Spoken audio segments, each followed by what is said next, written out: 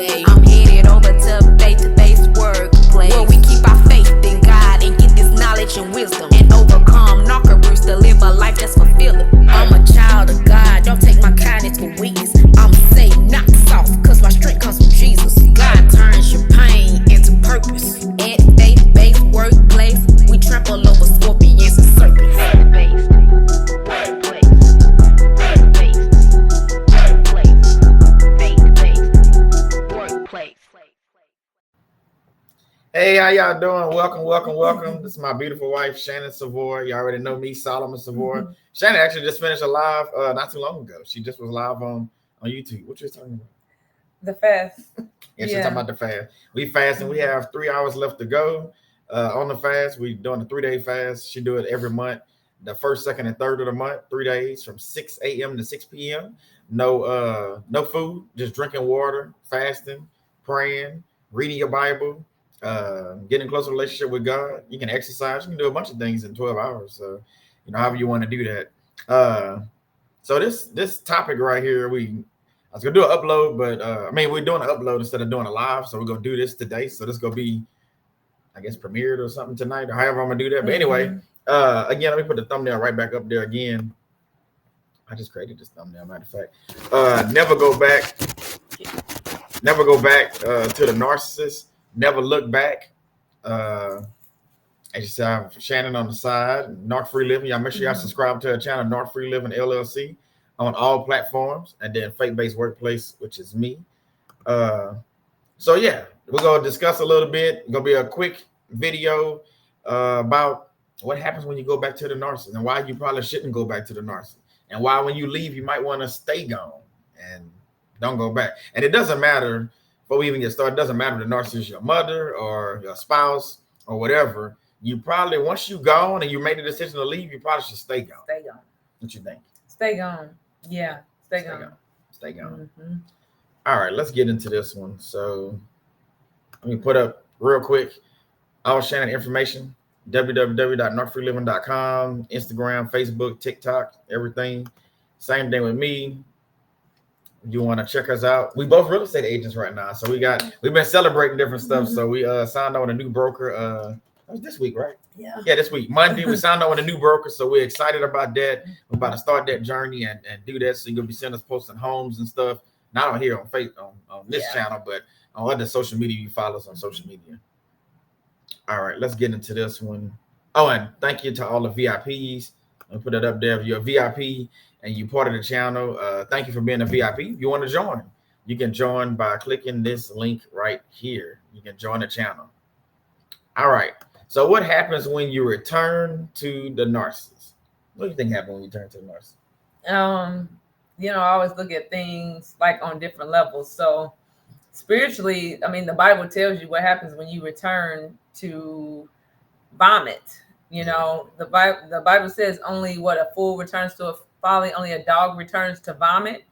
So you are returning back to vomit. It also says when an unclean spirit departs out of a man, it goes forth and seeketh rest, and if it doesn't find rest, or doesn't find that person filled with the Holy Spirit, finds the house swept clean, then it says, well, let me return there, because there's a place for that spirit to rest and to endow you. So spiritually, those are spirits that are drawing you back, and then those are altars also drawing you back. Those are demonic altars drawing you back to service your altar. And so it's not just a Hoover.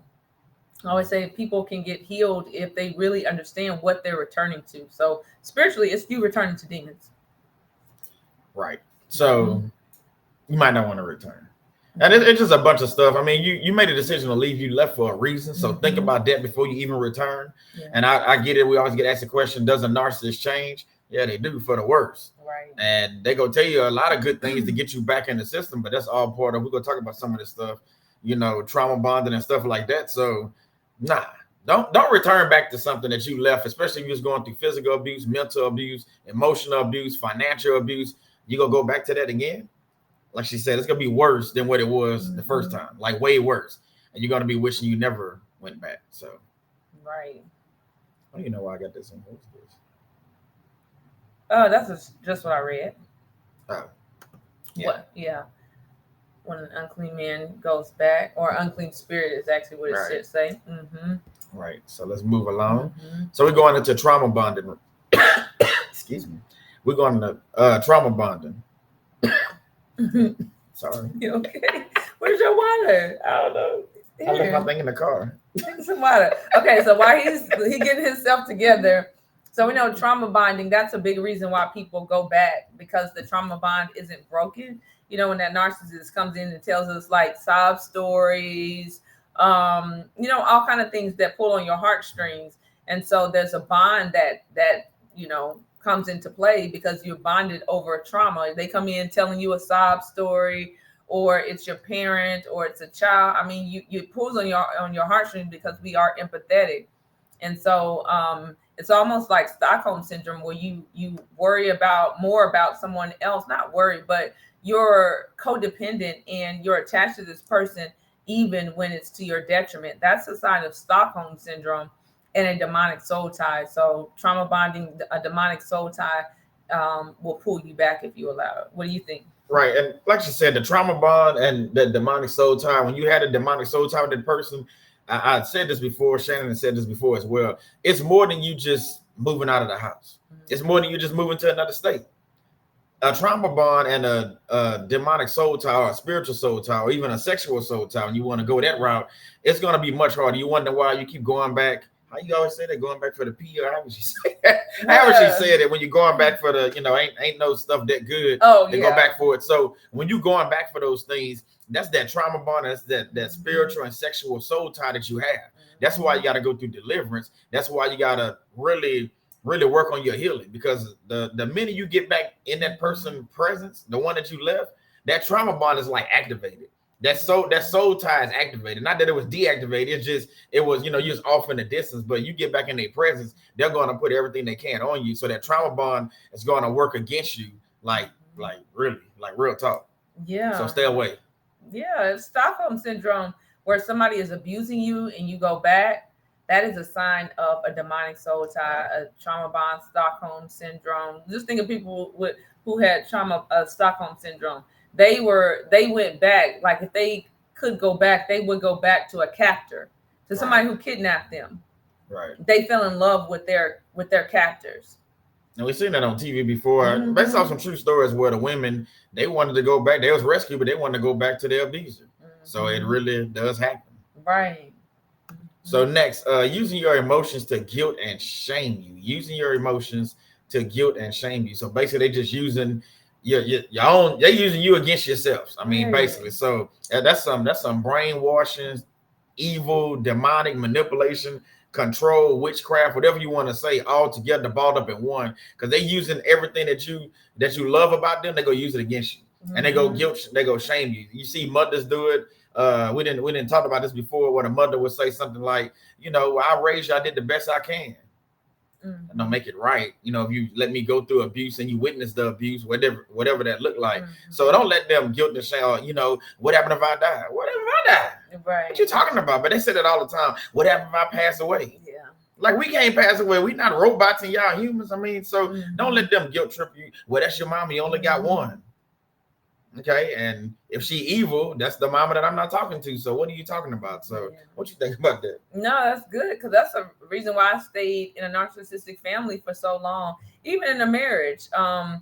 You know, things like you said, the shame is used against you, religion is used against you, honor thy mother and thy father and thy mother is used against you, as if that is a cover or a reason why you should stay in abuse. Right. You know, so all these things, the system is being used against you, the guilt and shame, because it's really not yours, but they use it against you. Like you said, it's you. They use your own emotions against you, and because you have a heart and you want to do right by God, you think you can think that is a reason why you should stay.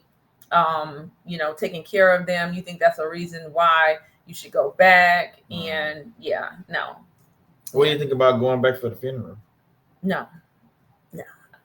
Me, myself, and that's something like I had to, like, all these things, right? Like all these things I had to deal with. Like God had to show me, because like I wanted to Okay, let me break this down. Let me think this out. The guilt. I had a lot of guilt.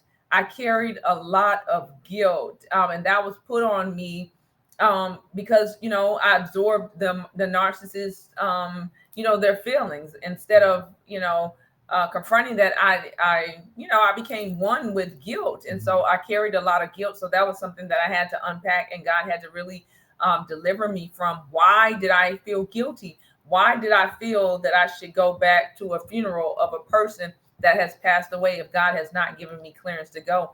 And so God had to show me, like, you were good to these people while they were in your life. If the person is gone, if the narcissist is gone, what am I going back for? You know what I'm saying? Or if anybody passed, I had a relative that passed, and I didn't have clearance to go, so I did not go. And I love this person, I love the narcissist, and my family, I love them while they were in my life. So that way I don't have guilt when I have to walk away from somebody, because I know that in my heart of hearts, I know how I am with people. If you're in my life, my inner circle, that I love you, that I care about you. I show that through several different ways, through support, through giving up my time, giving up my efforts, my resources. And so when I walk away now with a clear conscience, knowing that I have done everything that I could, and it wasn't enough. It was never going to be enough. And I have to be okay with that. So absolutely no, I'm not going to any funerals. God has already, shown me that I'm not going. I've already paid my respects while you're alive, and I don't need to give them to anybody else when that person passes away. So no. What about you? No, I'm not. I talked about this. I told y'all when I went to the YouTube event, when I met this young man, this older man actually, but we were talking, and I can't do it. I mean, the thing about it is I could do it because I've thrown myself into the situation, and God allowed me to go back into the situation, and I know I can handle it. But why would I want to put myself in that situation? It doesn't make sense. So I'm not going to go around people, oh, well, why you ain't talk to your dad? It's not my dad, it's a stepdad, and I don't even call him that anymore. So no, I'm not going to sit there and, because you're not gonna like me when I'm angry type stuff. So I'm not gonna put myself in that predicament. So no, I'm not gonna go. And like you said, I agree. You did everything you could while these people was alive. You showed them love, you showed them support, you bought them gifts, birthdays, and back when I used to celebrate Christmas and all these things, you was always there, always doing things. And in return, you got ridiculed, you got cursed out, you got talked down to, you got, you'll never be nothing. That's the comments you receive. And you're like, I'm giving all this, and the only thing they can say was they raised you. And you barely did that right. So whatever. So again, that's our decision. You got to make your own decision. Take it to God. That's what I always say. Take it to God, because everybody is different, but that's where we stand at right now. Yeah. And on that point, like, I had to grieve my family. Like, I had to grieve an entire family. That wasn't easy, you know what I mean, while they were alive. Yeah. You know what I'm saying? And I'm sure other emotions come with that when somebody passes away, and I'll deal with that when that comes. But like you learn to grieve people. Like, I've already had a funeral for them. You know what I'm saying? I've already mourned them in this way already. So yeah, I'll let that go. I think I just hit that. Go ahead. Yeah, so I'll let that go. Confusion. You dazed and confused when you you dazed and confused when you in these situations and trying to come out of it. That's why I would say when you leave and you escape, you need to stay escape. It's like, you ever seen somebody escape? Well, I have seen one, but that's a rare thing. The guy escaped from prison. He actually broke back in, whatever. But he broke himself out and he broke back in. But that's rare. So basically, have you ever seen somebody besides that one guy that I know that I've seen escape from prison and break back in? No. So it's like you escape from the prison, don't turn around and break back into the narcissist. So you escape the abuse to go back in. So you confused. You confused because all the manipulation, the control, keep saying that, but it's true. And then the triangulation they did, trying to get your, other people to go against you, bringing 3 and 4 other people in there to make you seem like, you fighting the family by yourself. And that's where that shame and guilt come in at. That's where that trauma bond come in at. And that's where the confusion come in at. So if you're confused about who you are and who you serve, you're going to be confused on why you should go back to that narcissist or why you should stay away, because you're confused. You don't know who you are. You don't know you're a child of God. You just sitting there like, well, and you listen to people, well, that's your mother, that's your father, and they start weighing on you. So you, okay, you know what? They right, that's my mother. And you go back over there and you get beat down even worse than before. Yeah, and that's exactly what happens. Listening to other people. Right. Listening to other people and not listening to the voice of God. So if God tells you to go back, go back. But only if God gives you clearance to go back, but not because you're listening to other people, because God is not the author of confusion. He is not going to come with a bunch of confusion. So you're absolutely right. If somebody has lied on you, shown you who they are. So now when people show me who they are, I believe them. Right. I believe them. I don't try to add to it. I don't try to take away. Okay, I see how you are. And now I get to make a decision about if you're in my life or not. I am the CEO of my life. Now, God is really the CEO. You know what I mean? So that means that I get to hire, fire as he sees fit. And as I see that, if you're not healthy, then you have to go no matter who you are. Right. I enjoy it. Hey, make sure you hit the like button. Matter of fact, make sure you subscribe to Shannon's channel. If you're new here, subscribe to this channel as well. I know it's a recording, but hey, we're still talking to y'all. Yes, we are. So attachments is the next one. You want to hit that one first? Yeah, I mean, you have to. It goes back to the trauma bonding and the soul tie. There will be attachments. You may have children with them. That's a attachment. You're gonna have to deal with those attachments because whatever the narcissist can use, that acts as a ley line. Right. So if it's money, if you don't think that you can make it, or whatever your attachment is to that narcissist, you gotta heal from that, and you gotta give it to God. If it's children, if it's guilt, if it's your emotions, whatever the attachment is, you gotta confront that because it'll draw you back in because it's attached to an altar. I agree with. I really don't have much to add to that, but she's right. I was gonna say the same thing about money or anything like that. Money. Some people do fight over houses. I didn't talk about it before. They fight over homes. So you have to understand that fighting over those things, that's attachments. Let it go. Listen to my story. Go listen to my story where I'll tell you how I was like, nah, you can have the house, and then God turned around and blessed me with basically it was a brand new house for me. It was a custom built home and everything, and that wouldn't have happened if I'd have sat there and been fighting over that house, that attachment. Fighting over a house for what? That's materialistic stuff. Fighting over a car for what? I've seen people fight over cars. Like, why? Why are we fighting over cars? Why are we fighting over homes? Fighting over money? Yeah. I get it when it comes to church. Okay, that's different. Maybe you're having people fighting over dogs. So, go buy you another dog. I get it. That's your pet, but go get you another dog because you're holding up your divorce. You're holding up your healing. Let's go there. You're holding up your healing because you want to fight over a dog. And I get it. Dogs, if that's your dog, you brought the dog into the thing. I get it. You want to fight for it. Do what you got to do. Take it to God. But at the same time, understand that, hey, some of these things, these attachments, you might need to move on from. Right. So true. Yeah, because you've seen people have money and, like you said, the house. I've seen people do that, and it's becomes like the War of the Roses. Yeah, they're fighting for years. Yes. Especially celebrities. Divorce take 3 years. Like, bro, nah. Yeah. Because we fighting over some money and assets and homes. I get it, but and they try to hold you up. Yeah. They'll try to hold you up in court, continuations and different things. So yeah. Right. So next, have to allow the detox period.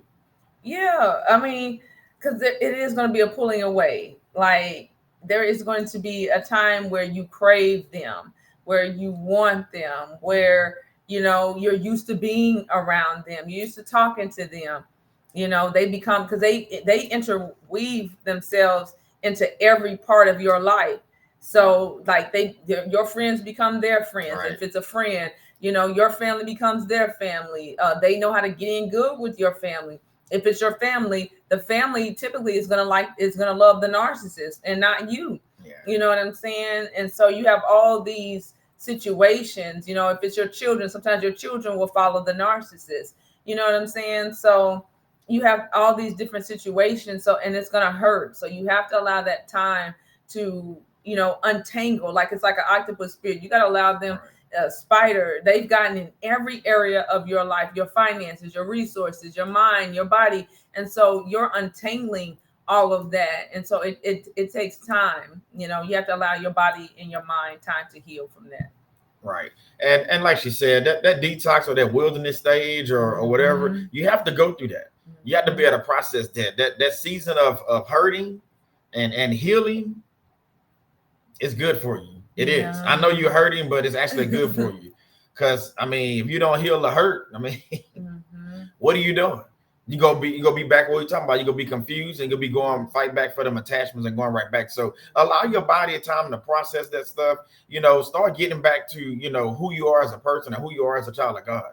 So start thinking about, okay, if you haven't been going to church, you haven't been praying to God, or haven't been reading your Bible, that's what that detox stage is for. It's no different than somebody that's been in AA, Alcohol Anonymous, or a drug rehabilitation. What they do, they got to go through a detox. It might be 4 weeks, it might be 6 weeks, it might be 3 weeks, but they have to go through it. So you have to understand that as well. So at the end of the day, go through that detox, come around here, faith-based workplace, go around Narc Free Living and understand, what you're getting into, right? But other than that, it's one of the things that if you don't really pay attention to what you're doing with that detox, you're going to be back with the narcissist like that. Yep. You're going to end up back. Yeah, that's so good. And they're going to lure you back because they know you. At this point, the narcissist, whether it's a parent, a child, or, whatever situation, a friend, they think they know you better than you know yourself at this point. And they actually kind of do. They know that version, the codependent version. They know what to say and to do to get you back in. They know your weak points. They've learned your weak points. They've monitored you. They've studied you. They know what you like. If it's sex, they know that how you like it. If it's money, they know how to give it to you. And not only to you, they'll give it to people around you to try to buy them out. They, all these things that they know about you and how you operate, your dependencies. They know, what has broken your heart. They know how to get at your heartstrings. So yeah. Your body may crave them. You may want them, but stick it out. Yeah. Right. She hit that. I mean, right on the nail on the head. But yeah, pay attention when you're going through this, and pay attention to your friends around you, or I guess I should say your uncalled friends. But what I mean by that, yes men. Somebody that's going to say that's your mother, that's your father, or that's your husband, girl. He done right by you. No, he beat you. He's not doing right by you. Or your homeboys is not really your homeboy. They've been trying to talk to your wife behind your back. Say, man, just go back, man. But she been cheating on you since day one, but they telling you to go back. Right. And one of them might have slept with it. I'm just saying, I'm not trying to get too deep, but you get what I'm saying. I mean, we have to go here because you have to understand that some of these people that's around you, that's why I always say it's always good to purge your phone of your so-called friends and so-called family members, because these people sat down and witnessed the abuse happen and never said nothing. It's not until you wanted to leave, them fools want you to go back. Right. Like, wait, where you seen me getting abused? Whether it was emotionally, verbally, whatever, and they want you to go back in there? That ain't your friends, and they ain't really a family member. Real friends could be like, man, look here. You need to get up out of there before she do you something, before she unalive you. Or you need to get up out of there before he unalive you and your kids. They wouldn't be telling you to go back into the lion's den. You escape. Why'd you go back in there with that lion, man? Okay. Go back in the cage, right? Right. And so true. Like I am so committed to me and my healing, and to not putting me or my family around people who are not good for us and good for me and my healing. I'm so committed to God in the process that anybody in my purpose, that anybody that does not mean me well, like, you are coming against my purpose. Right. You are coming against my covenant with God. You are coming against me. So why would I want to be around you? And that goes for those people who enable, because there are going to be a lot of people that enable the narcissist. And so I had to let go of the weak links. You're going to always have weak links around you. And those are people that enable the narcissist. And, they're emotionally weak. They're weak and they're enabled. They're flying monkeys. So, and a lot of times they can't see, they're bewitched. They can't see what you see. And so you have to be so committed to you, and you have to snuff out those weak links. And so that means sometimes you have to go no contact with the people that are closest to the narcissist, that are even close to you, because they are a weak link, and the narcissist is going to use that weak link to get to you. So I had to cut off a lot of people, and I didn't want to, but it was something that I had to do because I'm committed to myself and protecting myself emotionally from people who can be used as a ley line, people who are a liability. If the narcissist was to come into their life and say something, then those people would come to me and try to the narcissist would be able to use them to hurt me further. And I can't allow that. I'm not going to allow that to happen again. So sometimes you have to cut people who are enablers out, not because you're hateful, not because you don't love them, but because they are a weak link and the narcissist can use them to access you. That's a whole lot. Yeah, that's a lot. Y'all heard what she said? Y'all listening? Y'all should be taking notes. Get your ink pens or your iPads or your phones or whatever. Be typing some of this stuff down because it'll help you. We're not trying to hurt you. We're trying to help you. We're trying to help you heal. So you have to we still healing as well, but there's some of the things that we have gone through or currently going through in some situations. That's why I say it's beneficial for you to just listen and be like, you know what they saying makes sense. Especially if it relates to something that you're going through currently, you might want to pay attention. Yeah. So this right here, you may want them. That goes back to me, soul ties and stuff like that, you know, because you haven't severed that soul tie. So that goes back to that kind of what I said earlier. So I'm not going to beat a dead horse or anything. So it's dealing with that. So you wanting them, because people say it all the time. We'll sit in the comments. They'll say, you know, I've been having dreams and I've been wanting them. And, you know, they didn't beat me down like a dog, but I'm still in love with them. Yeah. That's a soul tie. Yeah. So because they haven't shown you love, they shown you, you know what I'm saying, evilness. That's what they shown you. They showed you the red eyes and the black eyes. What they showed you. They showed you that they not even committed to the marriage after day one. They ain't last a week and they cheated on you, but you know. So you want them is you got to really ask yourself, do you really want them? Or you it's the confusion and the illusion of marriage because you always want to be, you know, married and then you don't want to be the first one to get a divorce and this, that, and the third. But okay. What you think? Yeah, because we think we found love. If in the case of a parent and in the case of even a child or a relationship or friendship, we think we found the love that we always wanted. And a lot of times we'll do anything to hold on to, and it's not hold on to it. And it's not love. It's just the love that we know at this time. It's a pseudo love. It's a fake love. It's a counterfeit love. And when you don't know what love is, you're like a little puppy who's been shown this love bombing that has overwhelmed your senses, and you do. Oh, I gotta get it back. I gotta get it back. They calling me. And some people actually, the narcissist has discarded them. A lot of times when a narcissist discards you, I mean, you become like a rag doll. Like they've literally used everything inside of you, and they've gone on to somebody who can give them life and bigger because they sucked everything that they could out of you. In those cases, a narcissist will discard you because you have nothing. You've been debilitated. You've been dilapidated. You're like an old coat. They don't need you anymore. So when you're so thirsty for love, they'll leave you because they know they can come back. They don't plan to leave you forever. And so some people, they've been just so worn down that they actually want to hoover. They want the narcissist. They'll unblock the narcissist to see if the narcissist is going to call them. So they unblock it. They block the narcissist. Narcissist say something crazy. Then they block them again. Then they unblock them to see if they're going to call back. You know, you can't play those games with that narcissist. So if you start playing that game, you'll become like a narcissist. You're still in their world. You know what I'm saying? So if you want them, you gotta be able to recognize that, and you gotta want to heal that, because that will draw you back in. And the narcissist knows when you're like that. The narcissist, when you're that like that person, the narcissist knows that they can walk away at any time, and they don't plan to stay away forever. They plan to come back around and use you, and then come back around like nothing is wrong. They won't even address the issues. A lot of times they'll just come back like nothing is wrong, because to a narcissist, time is an apology.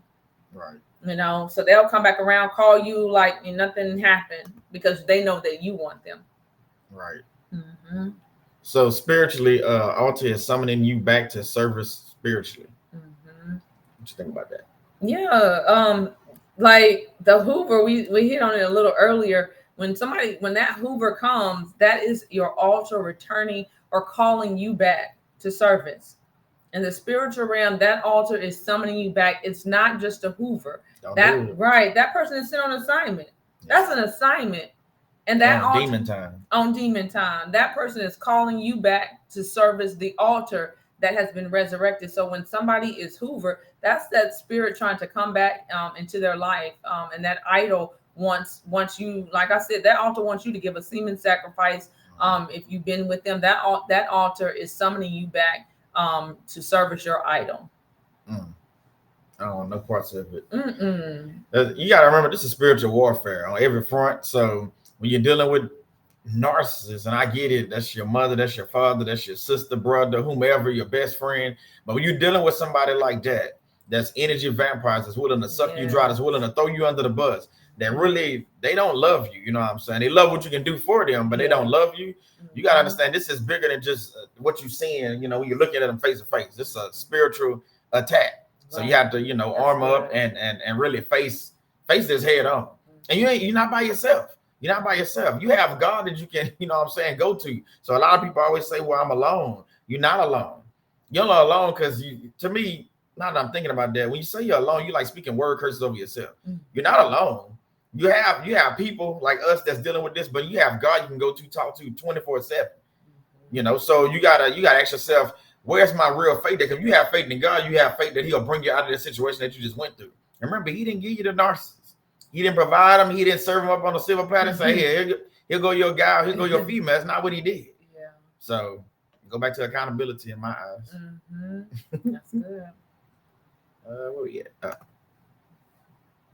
Some never left because of religion. Like I said. I mean, some people get stuck up in these churches, and you want to talk about, you know what I'm saying? Because they say, you know, God hates divorce and all this stuff. You talked about this as well a lot. So they'll say, you know, God hates divorce, and you'll go to the church asking for help, and they'll tell you to stay and pray. Or the person you married to is a pastor, and he's using the scripture against you in the wrong way. So it's a lot of different things. That's why you got to read the Bible for yourself. You got to read these books for yourself. You got to have a conversation with God for yourself. That's why I don't believe in going to talk to a priest. Well, I got to go talk to a man for that man to pray to God, and then he to tell me what God said. You're the middleman. I don't need a middleman with God. I have a direct connection with God. I can have a conversation with Him and get the same answers this fool about to get. If you even get the answer, I don't know what he about to do. So but a lot of people say because of religion, because of the, you know what I'm saying, the way the religions are set up. When I say religion, I'm talking about Baptist, Catholic, you name it, they all set up different. If you think about it, it's all like a rat race. Not talking about the rat race working, but the rat race in religion. That's good. Because religion is a rat race. If you think about it, if you just tied to religion and you just, you know, oh, I'm Baptist for life. Okay. That's why that thing, we need to do a video on that. That's why you're inviting politicians into the church and stuff. That's why when they running for mayor and governor, that's the only time you see them at your church. Just like my uncle used to say, they got people only come to church on Christmas and Easter. Same thing.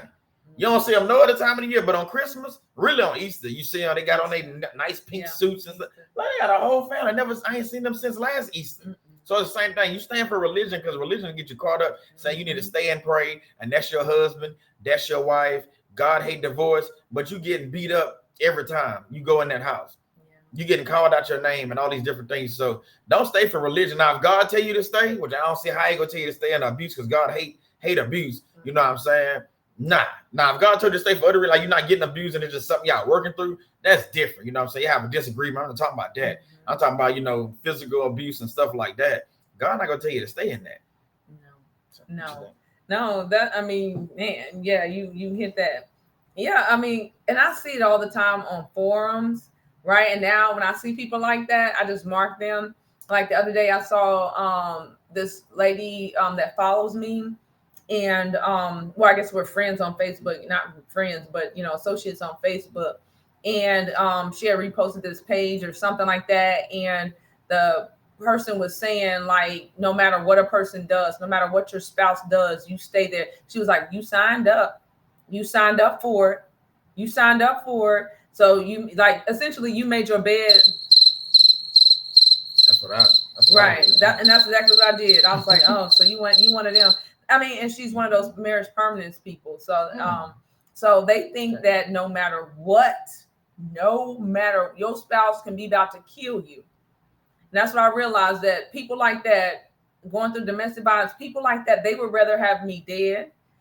They would rather have me, God forbid, and I rebuke that. They would rather have a abuse victim dead than break that marriage covenant. It's a demonic covenant. They would rather have you dead. So people like that, I do not listen. They have put themselves so far under the law that they couldn't understand what the blood of Jesus came to do. So people like that, I see them all the time on my timeline. And I mean, because I know that mentality. I know what that means. And now when you're talking about a kingdom marriage, absolutely.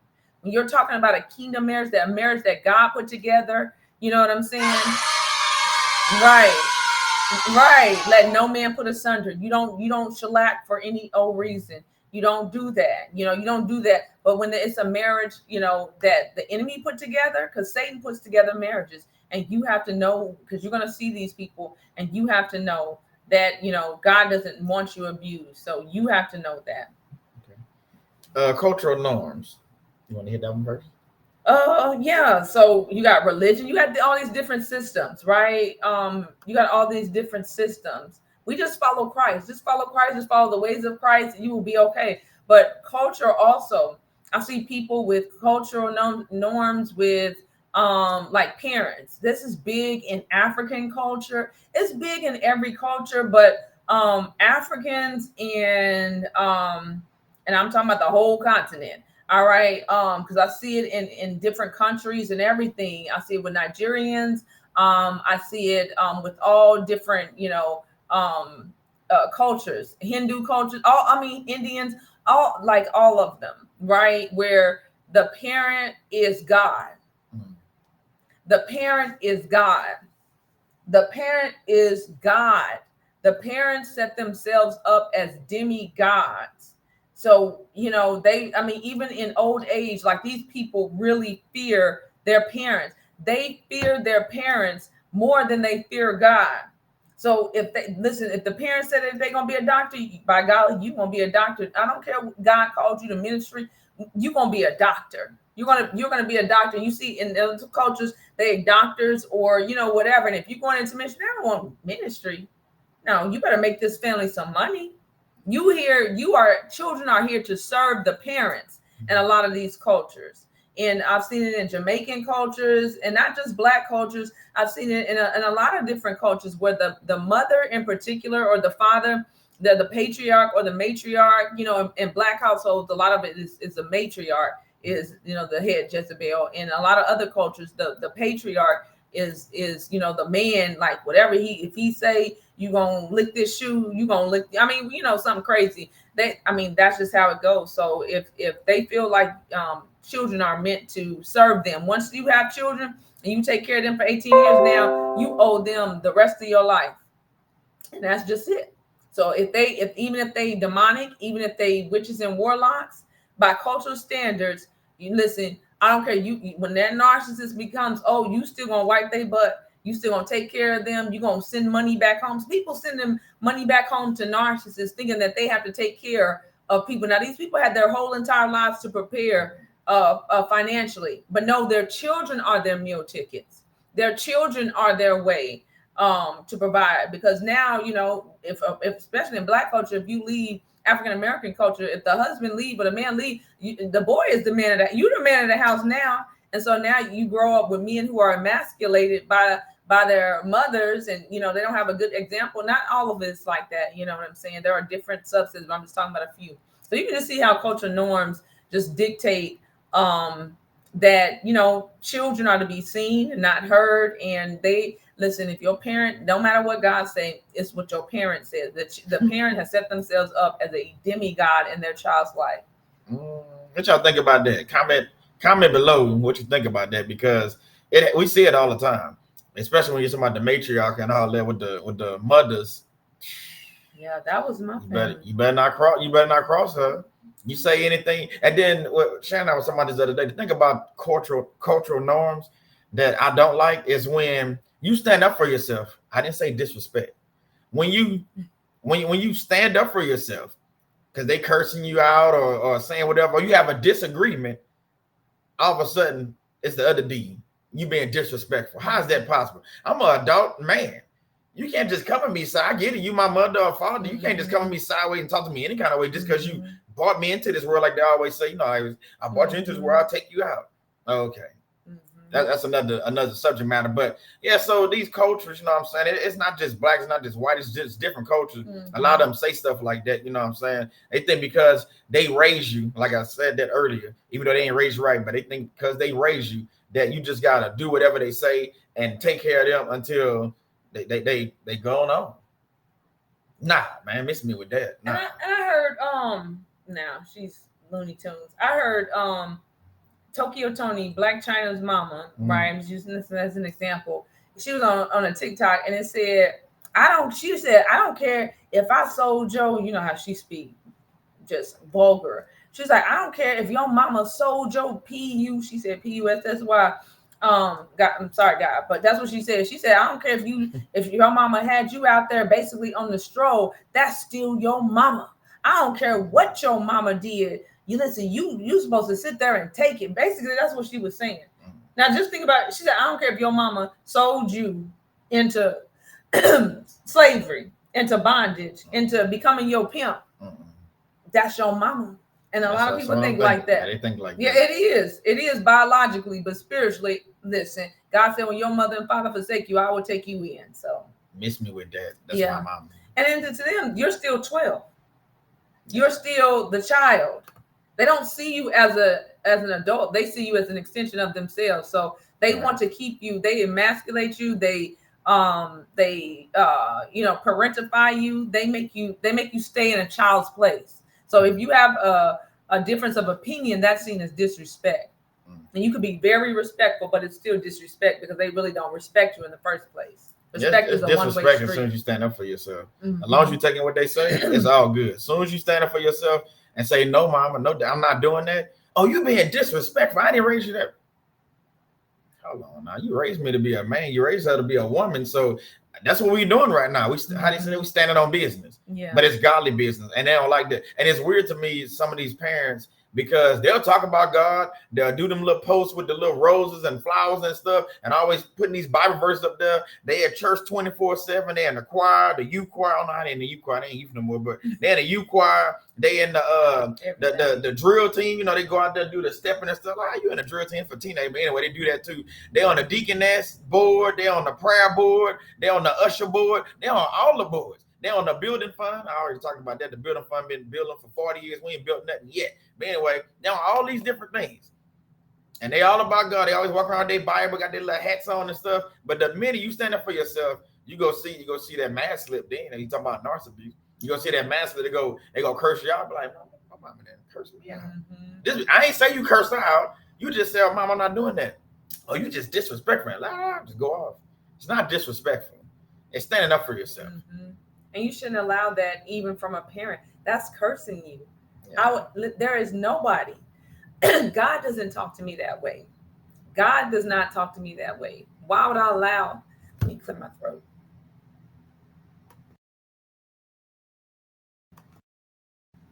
Why would I allow a parent or anybody to talk to me that way when I'm respectful to you? So as soon as you raise your voice at me, I don't care who it is, as soon as you show me that you don't respect me, listen, and I'm not going to curse you back. Don't ever curse your parent. Don't ever do that. Even if they do that to you, you rebuke their curses, you renounce their curses, right. But don't take that. Don't take that. That's not honor. Honor your mother and father is not sitting there taking their abuse and bowing down to them. Really, a narcissistic parent has not even really given you anything to honor. All right. They have not given you anything to honor. So the best thing that you can do is honor God and honor them by becoming like them. That's how you honor a narcissistic parent. It's not by subjecting yourself to abuse. Right. Narcissists in old age. Oh, old age, yeah. Yeah, how they become in old age, because some people think that they have to take care of a narcissist. I've seen that. Well, I got to go back home and take care of the narcissist. And now this person has abused you your whole life. Now, this is only a decision that you can make, that you have to make by the power of the Holy Spirit. But a lot of times it's not because God told you to go back. It's because of, again, cultural norms. It's because a lot of times that narcissist has alienated everybody in their life. And now you have to either put them in a home or, all these things, prepare, interrupt your life and your purpose and what God has given you. Now, if you're doing that for a parent who has you know, who has been there for you and you choose to do that. I'm talking about an abusive parent. I'm talking about somebody who has cursed you, who has did, you know what I'm saying? And I'm not saying you don't forgive them, but what I'm saying is you are not obligated to take care of anybody that is abusive, because God does not want to subject your spirit man to that. And so a lot of times in old age, people would think, oh, I gotta, you know, we was even like, oh, we gotta, when we find a house, we gotta find a mother house. I mean, that's our cultural norms. Yeah. Oh yeah, you know, mama gonna move in with us and all. Okay. Crickets, what are crickets? She moving where? And then I'll go one step further. They also get into that thing where, you know, they get into that old age and they only get vulgar and more angry if they narcissists and stuff. To think about it, when they pass away, who you think got to pay for the funeral? Because they ain't got no life insurance policy. Where's the weapon? We need something. So who gonna pay for their funeral? Everybody looking at you like it's gonna be like 15 grand. Miss me with that. But again, in that old age, they know what they're doing. They know what they're doing. So your best bet, to be honest with you, I know you might not want to. You might want to have insurance on them. I'm just saying, because they go be one of them people they ain't got it. Now they had it the whole time, but it's until you went no contact and you had a falling out with the child or whoever it is. Oh, they go cancel that policy. They just go bury me. So they got one on you. Yeah, they definitely got one on you. Definitely. So we got a few more things to cover. We're gonna get up out of here. Moving back with narcissistic parent. That's a bad idea, but it happens because of certain situations. So certain situations happen that you have to move back in with the narcissistic parent. Do you want to? No, I promise you don't. I told you I had to move back in with my mom and them, and then it was after the divorce I had to move in, stay there for a little while. But that's when God opened my eyes and I seen some stuff. So how did you handle that? Huh? How did you handle that? I don't know what. Moving back in. I mean, I was there. At first I didn't know. So after, a few months went by, I began to notice some things. I didn't know it was narcissist. I just know some things was off. I'm saying the relationship, the dynamics had shifted, they had changed. So, that's what I know. Looking back on it now, I can see the narcissistic tendencies and things like that between her and her husband and stuff. So I'm like, bro, it is what it is. That's a good point. Yeah, I saw things differently. Yeah, I just saw things differently. Yeah. I didn't see it before. Other people might have said, I don't think other people see it. I got people I know today still don't see it as in the family. Yeah. And they won't see it. And I'm not gonna sit there and try to prove anything to them. But the thing is, I'm gonna keep doing myself, doing me, and keep moving forward. I pray for them, but I ain't gotta be in their presence all the time and kissing their butt and calling their phone. Cause that's what I don't like. I don't like when people tell me, well, you can come to town. Last time I checked, I-10 goes east and west. Same thing with the phone. You can call me sometime. Last time I checked a phone, I don't think you just take rings on that son of a. That's not a beeper. You know what I'm saying? Remember the old beeper, you had to wait for them you get the little code. You got to go call them at the payphone. It's not a beeper. We all got smartphones. They're not dumb phones. So guess what? When you call me, I see it. And when I call you, you see it. So the phones go both ways. They go east and west, north and south, however you want to look at that. So don't let them gaslight you in. Oh man, you always busy. When you busy, you can't call your mom. You can't call your son. You can't call your daughter, man. Come on, bro. And they always want a narcissistic parent is the reason for the fracture in the relationship, but to a narcissistic parent, it's always up to the child to repair the relationship, and that's not how it's supposed to be. Nope. If you are the reason that the relationship is fractured, you are the one that is responsible for repairing it. Right. And so a narcissistic parent doesn't like that. And moving back quickly with a narcissistic parent, that is something that's very common. When you get out of a narcissistic system, for people to have to, feel like they have to move back or whatever. So yeah, you have to gray rock and implement all these systems. You have to be built up. And as Solomon always says, you plan your work and work your plan. Don't plan to stay with them forever. No. You know that they are narcissistic parents. Listen, give yourself 6 months, a year, give yourself time, that whatever time that is, but put a time limit on that. And even if you go past it, but you have a goal. The goal is not to stay with them. Oh, they'll be like, at first they'll be like, oh yeah, stay as long as you need to. But and then it's a trap. And then, like you said, when you move back home, you start to see things that you didn't see before. Yeah. Like I said, the dynamics shifted. So, things changed, especially being out of the house, for years and years. You know, people change, they get older, but narcissists, they change, they get older too, just like anybody else. So, and you don't see things when you don't live with a person. Yeah. When you live with a person, people don't see the narcissist because they don't live with them. Right. So they can't keep that mask up forever. So when you live with them, you see the dynamics in the house. You see it more clearly. So disabled, unable to move out, cannot let them infect you. So even if you end up in a situation where you disabled, when we say disabled, it can be multiple different things being disabled. But basically you gotta go, you have no choice but to go back into that home. You know what I'm saying? Don't let them infect you. You gotta stand your ground. You have to pray. You have to pray even more. You have to fast. You have to, you know what I'm saying, become a prayer warrior and then pray that God take you out of that situation. Yeah. Because you still don't have to be in that situation. You know what I'm saying? I get it for a time, like you said, 6 months, a year. You know, maybe you have to go there or something, but at some point in some time, they go keep weighing you down. Like Urkel used to say on doggone that Family Matters show, he's always saying weighing you down. Well, the narcissist doing the same thing. They're trying to wear you down. The energy vampires. So every day they coming at you 3, 4, 5, 7 times a day trying to hit you with different stuff. You know what I'm saying? Satan not gonna stop attacking you because you disabled. Whether you disabled in spirit or disabled, physically, he's gonna keep attacking you until he take you out. So you just gotta be on the up and up and be like, you know what? This is for a certain time limit, like what Shannon just said. It's for a certain time limit, and I'm praying to God that I'm healed and I can get out of the situation. I have the money where I can do different things. Yeah, and some people are disabled to the point where like it's mental disorders, and some people are physically disabled, but you definitely have to be prayed up in the Lord, especially if you are in the house with a narcissistic parent. You cannot let them infect you. So absolutely. Taking care of narcissistic parents. We kind of hit on it a little bit. We pretty much hit on that. Yeah. That's a huge no for me. So no for you? No for you? No for me. It's no for me. Yeah. So we say go to God, but I mean not but go to God if he tells you that, but don't do it because of cultural norms or because you feel obligated. You're not obligated to take care of an abusive parent. You're not obligated to take care of anybody that's abusive. So we talking about parents, but we talking about anybody, spouse, anybody. Because we done seen stuff where you're married, like the movie, but they got stuff that happened with a person that's married and the spouse been abusive the whole time. They get in a car wrecking in a wheelchair, and you got to take care of that, Joe. I've seen that. Yes. Okay.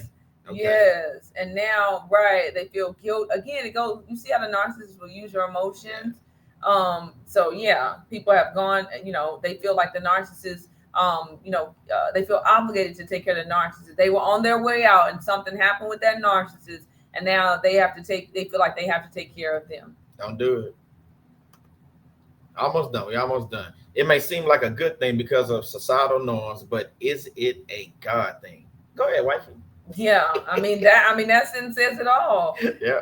Just be led by God. It may seem like it's okay to go back to the family reunion, and I'm not saying don't go back. All I'm saying, or go or don't go. All I'm saying is when you go, just make sure it is a God thing. That's all I'm saying. Everybody. I'm no contact. That doesn't mean everybody is able to do that. All right. There are situations where people are low contact, but just when you go, just make sure that you have the backing of God. Because some people can go back around. Some people's tolerance is different. Some people's, just where they are is different. For me, no. Like for Solomon, he may be able to do things that I'm not able to do.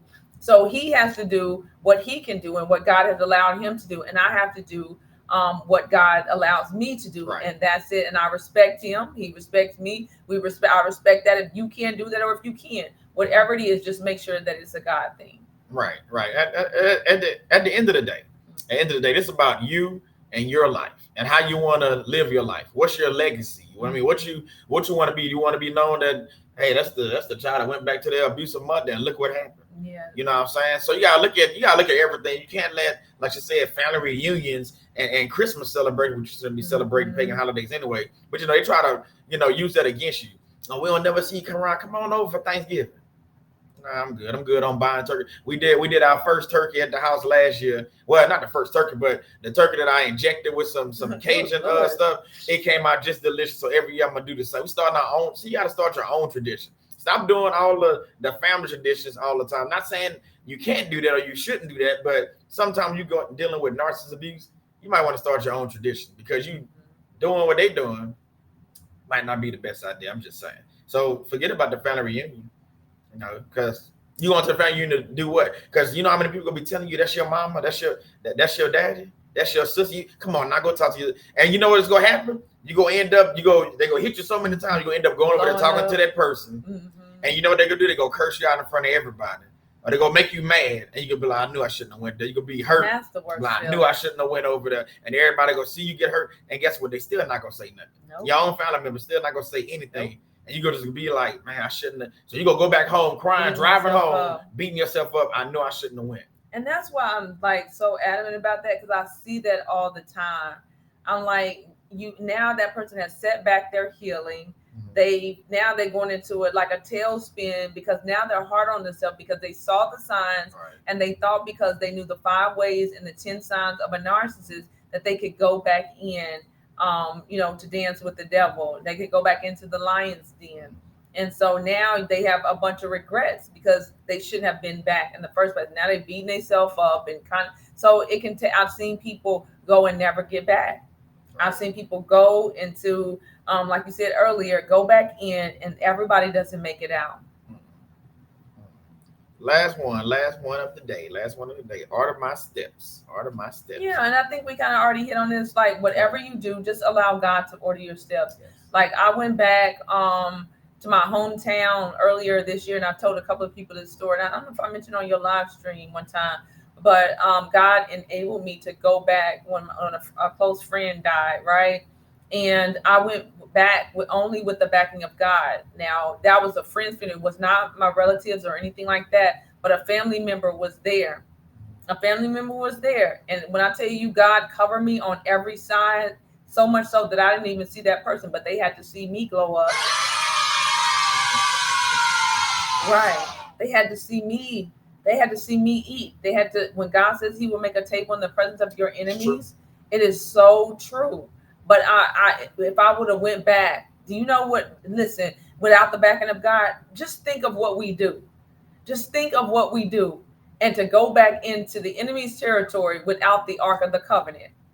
Play with it if you want to, but I say, God, order my steps. Only you playing with fire, baby. And when you play with fire, you get burned.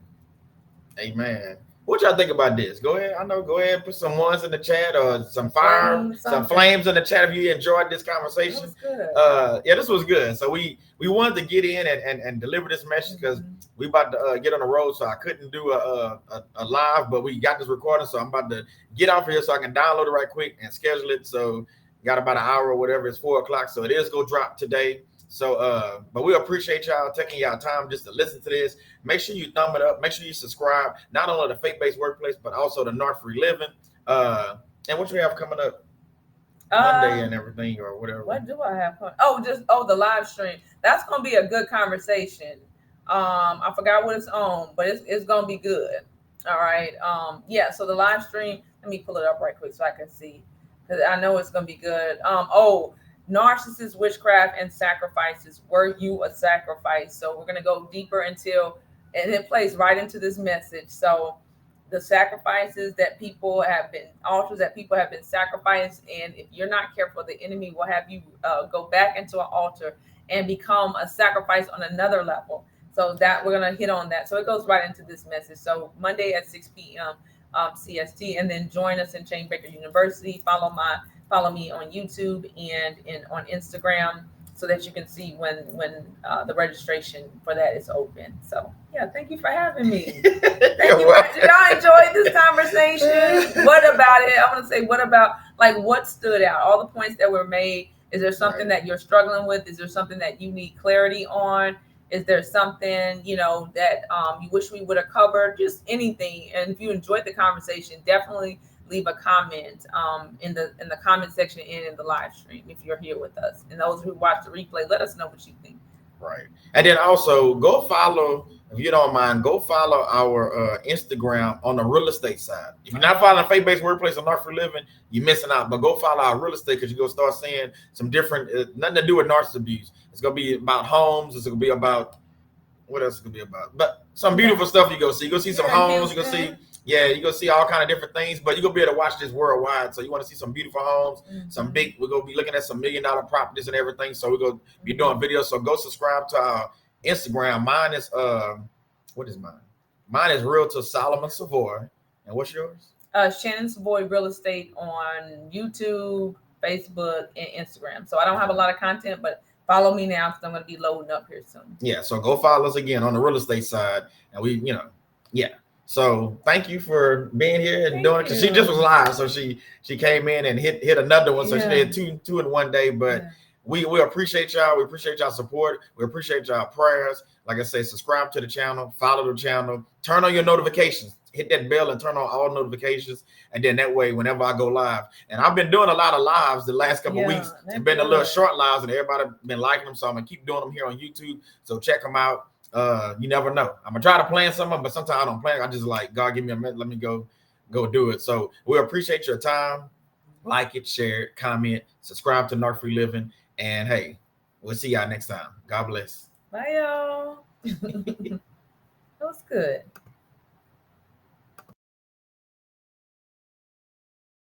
What's the word today? I'm headed over to face-to-face